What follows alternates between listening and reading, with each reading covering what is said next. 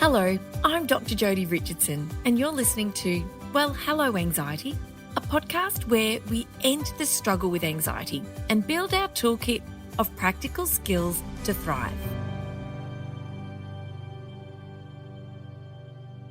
Do you ever find yourself making the bed in the morning or simply getting up, looking at the clock and counting just how many hours there are in between getting out of bed now and putting your head back on the pillow that evening?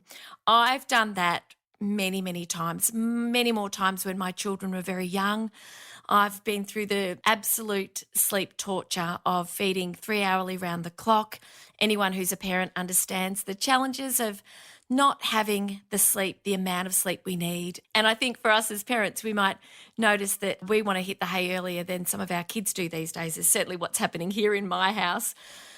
When I really was working on my own mental health, I really understood the profound positive impact that quality and quantity of sleep has on my mental health and my happiness. And so it's absolutely something I prioritise, despite the urge to stay up late when everyone else goes to bed, which still happens on occasion. But even for those of us who are getting enough sleep, we don't always get the quality of sleep that we need. We don't always wake up feeling rested and rejuvenated, clear-headed, productive, and ready for the day ahead. Sleep is such a cornerstone for our mental health and our well-being, but it doesn't come easy for everyone. And as our guest today wrote in the blurb for his brand new book, it's one thing to know the problem, it's another to fix it. Joining me today is Dr Stan Rodski. He is a neuroscientist, a researcher, presenter, author. His second neuroscience book, his latest book, is The Neuroscience of Excellent Sleep. So, Dr Stan Rodski, thank you for joining us here on, well, Hello Anxiety. Pleasure, Jodi, and love to be here. Hopefully I won't put you to sleep. I know. Or your audience. Oh, no, I know. Look, it's one of those things, isn't it, when we start to talk about sleep, all we can think about is putting our heads back on that pillow because so many people are sleep deprived. And I really wonder what was at the heart of you dedicating your second neuroscience book to this very, very important topic. Well, I guess at the core, the first one was about mindfulness and the importance of being able to relax our system. And the backdrop to it always was the issue of sleep. So sleep was always going to be the second book in the series. And it was really about the fact that, quite seriously, I just got sick of the chicken and egg of sleep and mental health. I mean, at the end of the day, they're so interrelated, multi-directional. My colleagues and I had probably spent 30 or 40 years trying to work out the chicken and the egg in that one, but it was irrelevant. It actually was quite obviously irrelevant. We're in a man-made 24-hour cycle, but let's just call it day and night, whatever number of hours we've decided to put in there, which, by the way, is not quite right in terms of our biology, but that's a different story to go in. But the reality of it is that our bookends are night and day. The Germans call it the Zeitgeber. Isn't it always good Germans use great words? They do, It they do. feels more something. Yes. But light and day. And our system literally reacts to those bookends. And it reacts in very, very important ways in which if we don't follow what it needs to do, then we are in a perpetuating cycle of problems. And that is a reality for us. So that was the reason for the book. And I put into the title Excellent Sleep. And I did that deliberately because I didn't want to write about something that was, again, for insomniacs or people at one end of the spectrum. There is a real need for many of us just to improve our sleep. And this sense of excellence, for me, it's a journey. It's good to be stopping just complaining about it sometimes or not, but doing something about it, Mm. actually getting better at it. And the better you get at it, the better you find your general mental health and an associated number of other things. But there is some neuroscience to it, which is the important part here. And I think it's quite a popular topic. So we're able to sort of go, well, what can we glisten from this? How can we gain something from knowing that we're in an inbuilt system that somehow managed to fit in a number of hours to do certain things, whether we like it or not. It's not I only sleep 2 or 3 hours a night. How good am I? Or I'm going to be dead soon, so why don't I fit in as much as I can? And as I often say to them, well, you will be dead soon. That's a self-fulfilling prophecy you've now given yourself in that process. There are always these people who sleep's just this thing in the way, but it's part of our performance. It's part of how well we do. Why is sleep so critical, not only to our mental health, but also our physical health? Because what you've just said is so true. It's been a badge of honor for people. Oh, I only have to have 4 hours sleep. It's like win the morning, start the day at 4 or 5 a.m. and look how much you get done. I mean, that's a nightmare. I remember when my babies would wake up in the morning and you'd literally be up and on. And by 9 a.m., you would honestly feel like you'd done a full day's work and ready to hit the hay again. But like you say, it genuinely and powerfully affects not only our mental health, but our physical health and longevity as well. It's not something that is an inconvenience. It is one of the most powerful ways that we can protect ourselves to be more productive, to be more focused, to be more present, and to be able to live a really good quality of life. So, what is the neuroscience of sleep? What can you share with us? Well, it only took a whole book, but I'll give it a sentence or Thank two. you. I love it. No problems at all. No. Look, at the core of it, the brain needs to regenerate itself. It takes a certain number of hours in general, because every brain is different, but in general, 7.5 hours will push us through what we call 5 cycles of circadian rhythm, 90-minute cycles. 5 of those, if you do the math, add up to 450 minutes or 7.5 hours. That's what we need to actually go through a process in which the brain will literally remove the rubbish. It attacks cells called myelin cells, which have wrapped themselves around all of the memories of the day that we've had, and it removes them. It needs those cycles, that washing cycle, if you like, through the night. Now, they come labelled. There are parts of all of that which are called REM and non-REM sleep cycles, the REM being the rapid eye movement and the non-rapid eye movement cycles. And at its height in rapid eye movement, it locks us down. We can't act it out. We're dreaming. Dreaming occurs in all of them. There's a lot of literature says dreaming only happens here and there, but the dreaming's just part of the brain. To use the analogy of the washing machine again, the washing's in there and it's moving about, and if you lift the lid on it at any stage, as we get to the top of one of the cycles, we wake up. Each time we get to the top of one of those cycles, we wake up just a little bit. And if our bladder's full, we head for the toilet. Yes. If it's not full, we head back down into deep sleep again. And the whole process of actually washing the system out, regenerating it, removing myelin cells. The more sleep you get, the more the ability for the brain to remember what you tried to remember during the day or learn. And if we head for children, the data shows us, for example, with sleep, how important is sleep to children? It is so important. And yet, compared to 30 years ago, there are a number of studies now confirming this.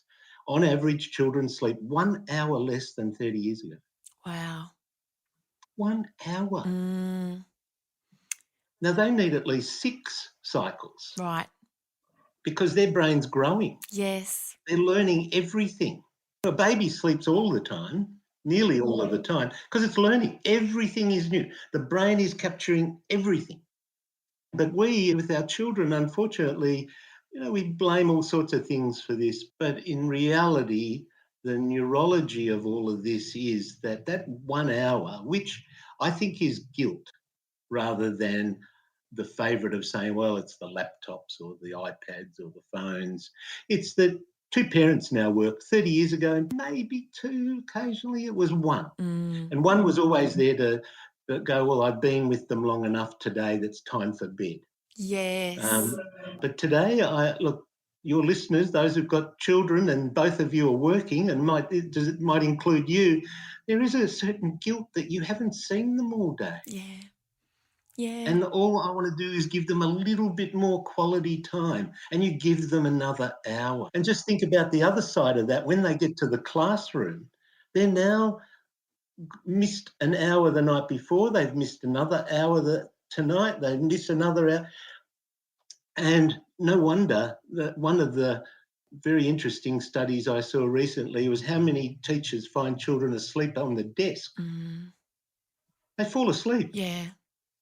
Or could there be some relationship to some of the mental conditions that we now talk about all the time related to children? Why have they suddenly popped up?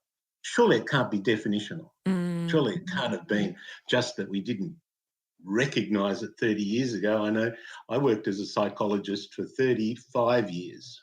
Children never complained about sleep, only the parents. That to me is the neuroscience of it.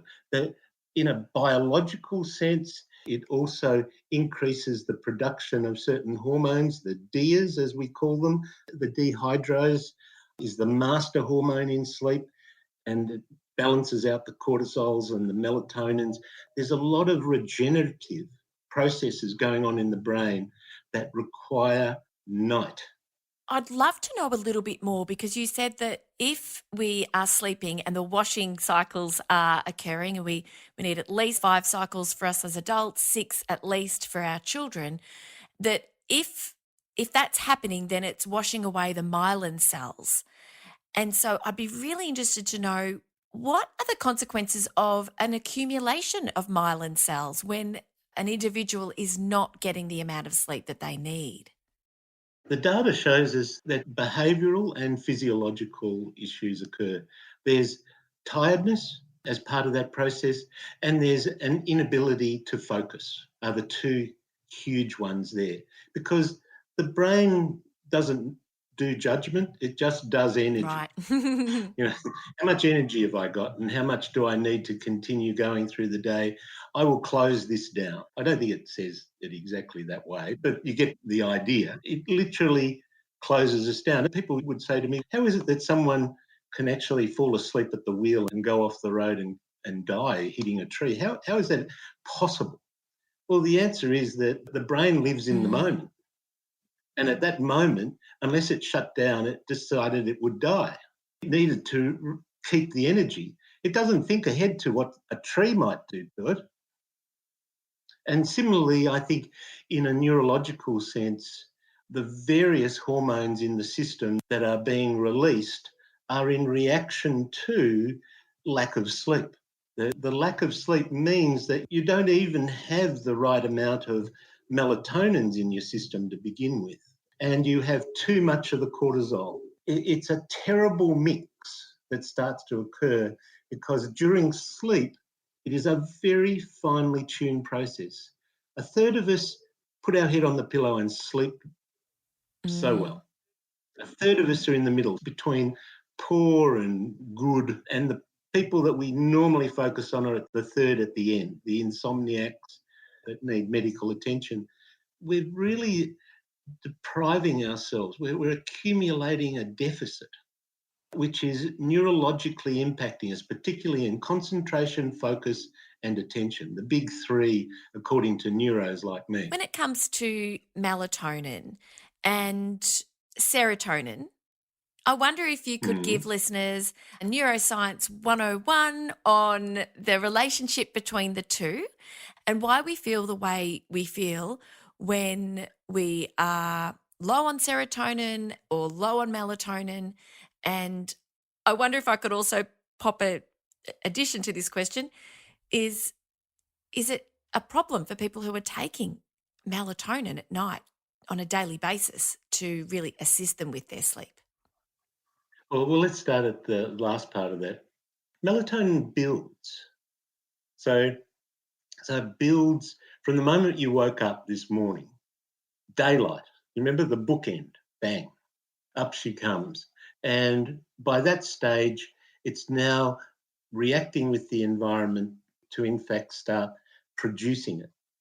And it's producing it throughout the day. And in fact, that's why exercise is so good. Exercise during the day, helps that process of building it up. Exercise during the day also creates a lot of other hormones that will help us later to help us with the sleep. But sticking to the melatonin, it doesn't make sense to take it before you go to sleep. You should be doing a whole number of things that actually stimulate the melatonin. You can do that naturally.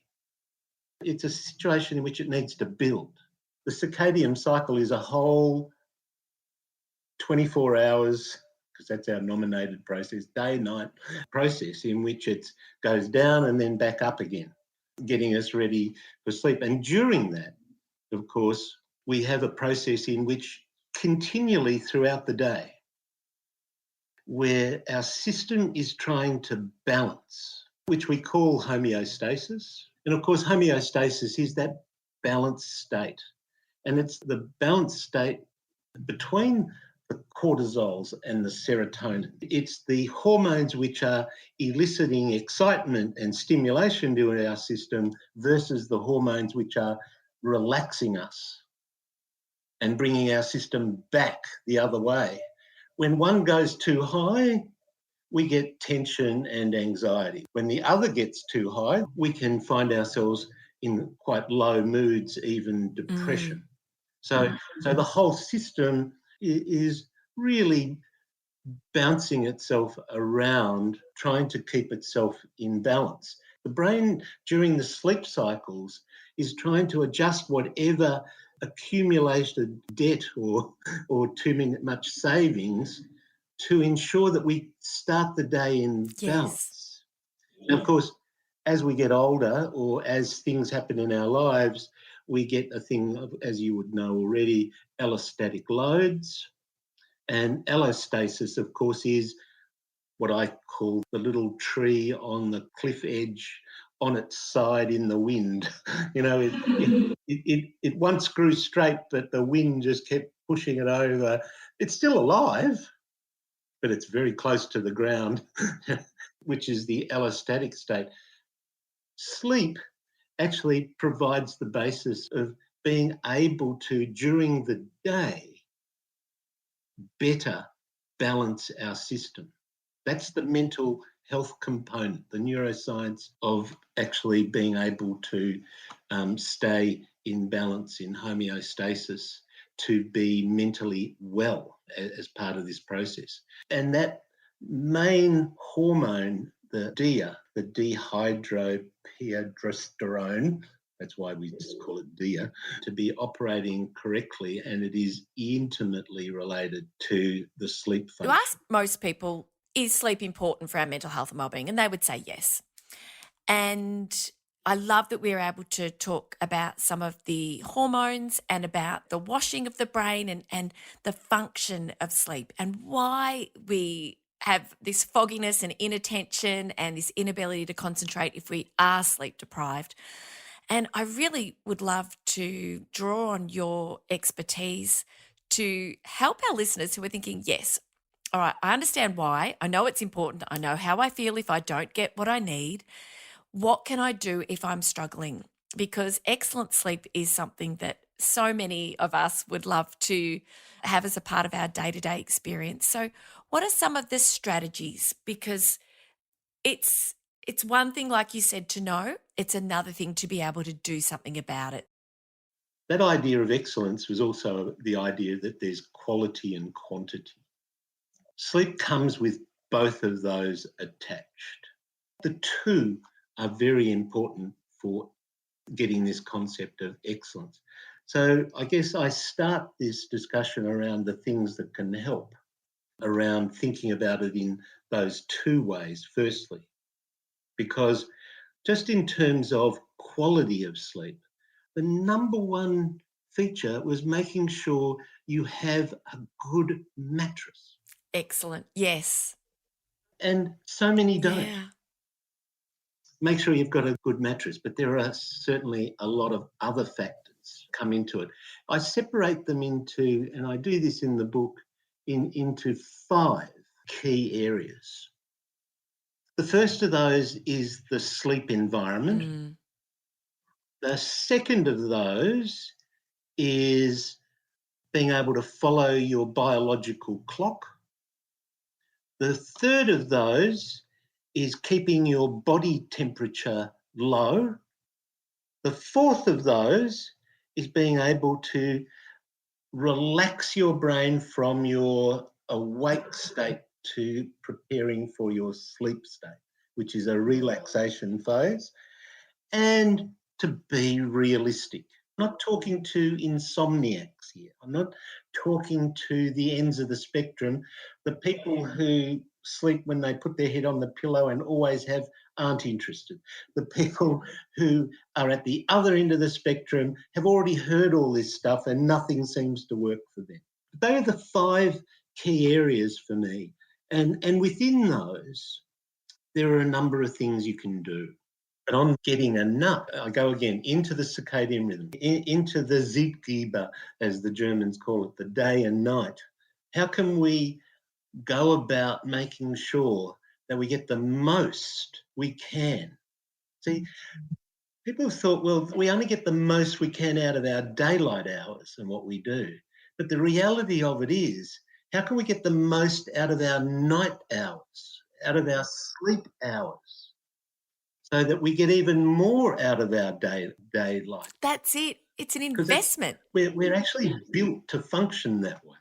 We're not nocturnal. No, that's right. And for those people, for listeners who might be robbing themselves of their sleep to try to boost that productivity, you're actually doing the opposite. You're actually reducing your productivity, your attention, your focus, your creativity, all of that.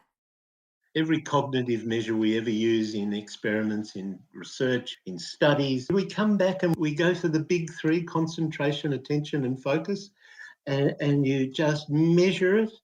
Oh my goodness. The cramming nonsense, whether it's exams or whatever it is you're trying to do or you must do, the fact of the matter is you would have been far better off getting more sleep, yes, than those extra 3 hours, like you say, with the laptop open, trying to study for the exam if you're a student or trying to finish a project. But how do we do that? So tell us. Yeah, but how do we do that? I'm wide awake now. It's 11:45 at night. I'm still wide awake. You know, Stan, what am I supposed to do All here? right, tell us, go. Well, how many people associate bed with their opportunity to now open their laptop, put it on their lap while they're sitting in bed, while they're talking to their partner or whatever they're doing? But bed loses its association with sleep. And the brain is a pattern maker. It looks for all sorts of patterns and associations to tell it what to do. And if it relates bed to some, besides the obvious activities of sleep and other things, but they're okay. Yeah. But if you associate it with other things, that's a poor neurological construction in terms of the brain. It's not behavioural, it's just purely a neurological construction. I associate bed with sleep. Yeah. And that's what you want to encourage, because then you will be sitting there at 11:45 with your laptop still on your lap saying, oh, I don't feel sleepy. Yeah. Makes sense. So that's probably one of the big important ones for me. Also, taking the clock out of the equation. Clocks in bedrooms are a poor idea. shut it off. If it's your phone, make sure you can't see it. Don't have it blinking at you or looking at you. If you're worried about not waking on time, then put a soft alarm on, not a loud one. Because the brain will actually, it doesn't do it any good. It starts to worry about a loud alarm. Which is interesting, isn't it? That it would start to do that, but it doesn't like that sort of noise to suddenly come into the process. Fluids 2 hours before bed, no, because remember you're going to wake up at least 5 times through the night, only just a little bit. So most of the time you're not even aware of it. But if you have fluids, you drink too much before bed, you will get up and go to the toilet. I can't tell you the number of people over the years I've seen who say, well, I'm always up going to the toilet. Mm-hmm. Well, wait a minute, chicken and egg again? What? You happen to be awake, so why don't I go to the toilet? Or did you really wake up because you had to go to the toilet? Well, you did because you had to empty your bladder. They rarely say to me there was nothing there as part of that process. And of course, the environment also is about light and about noise. And sometimes these things are challenges that you can't get around easily. But there are answers. There are eye masks, there's white noise, things that we can put into a room to deal with street sounds or birds or marsupials or whatever else that seem to get under our skin in that process. And of course, humidifiers are good news too. Okay. Well, because they set up another cue for the environment and also better air. Yes, okay. Yeah. A humidifier is an excellent idea. And what about the biological clock? Yes. So don't lie down during the day. Again, it's such a cue for the brain. If you lie down, that should be in bed to go to sleep. So the biological clock is set with cues like night and day. So we have to maintain regular schedules because we're not strictly, it's dark bed. Yes, that's right. right. And as soon as when we're up with the birds, we don't operate that way anymore, even though part of our brain, obviously our deep limbic system, which is our old brain, it's got a lot of that stuff sort of set in there, but we stay awake longer. We have lights. We have ways to stay alert and functioning in the dark as part of that process. So complete darkness. And I find the biggest one is set yourself up so that when you do wake, make sure you get plenty of light. That'll help break down the melatonin, any residual melatonin. Yes. Correct. Remember, they're the bookends, night and light. Dark and light, bookends. So wake up, show your brain that is when you're awake. It's not a matter of turning over and trying to get the light out of the room and stay asleep longer. Particularly the students, for example, I find they go to bed at 1 in the morning and they get up at 7. And I say, so how much time does that leave you to sleep? Well, that's 6 hours. How are you going to get 7.5? Almost working backwards. If you need to be up at 7 because you've got to get the bus to school or you've got to get in the car, then you've got to work backwards to get to go, right, this is how many hours I at least need 7.5. Children need 9. We need 5 90-minute cycles to ensure our brain replenishes itself, rejuvenates, and sets our hormones up for all of the things we need to do during the day. It is not just this infantile thing that we did as babies that we seem to not be able to shed as adults. It's not an inconvenience. Really? Please, can we grow up? On the body temperature side, our body temperature drops when we sleep. We need to ensure that we have a room that's reasonably ventilated or humidified, and it needs to be cool. It is such an important aspect, our body temperature in that way. And what we eat and drink and all of these things, see, food in our system, if it's in there and it's only a couple of hours in, it's still processing, and it increases our body temperature. Your body wants to drop 0.6 or so, 0.4 to 0.6 in general, but it can't because it's working so hard on all the food you've eaten or the sugars you've had. The pancreas is full. Insulin is driving into your system. Up goes the temperature. Yeah, it makes a lot of sense. We're not meant to be digesting when we're sleeping. There are other more important things to do. Correct. Proteins increase the acids. Acid breakdown is a major temperature increasing function in our body in that process. Same with fatty foods, increased acid, increased work on the system. So we just got to be a little bit clever about, firstly, identify, if I'm going to get up at 7 and I need to fit in 7.5, and I say 7.5 because I think that's very achievable for everyone. Don't have that full stomach. Don't have that fatty food. Don't go the proteins. Obviously, coffee, alcohol, smoking in moderation. Often people say, oh, I have coffee any time of the night, I sleep anyway. And then I ask the question, but do you sleep anyway? And the answer is usually yes. If you ask someone who has problems sleeping or sometimes has problems sleeping, coffee is always a player in the process. That's it. I remember, I think they laughed at me when I was out with my girlfriends one night and we all decided we wanted to have an espresso martini and I asked for a decaf. Really? And I thought that was a perfectly reasonable request. Decaf coffee, enjoy the cocktail. And they were like, no, we can't do that. And I was like, I didn't understand quite why, but my friends thought it was ridiculous. Well, at least we're having the milk, which is, of course, a tryptophan, and tryptophans induce sleep.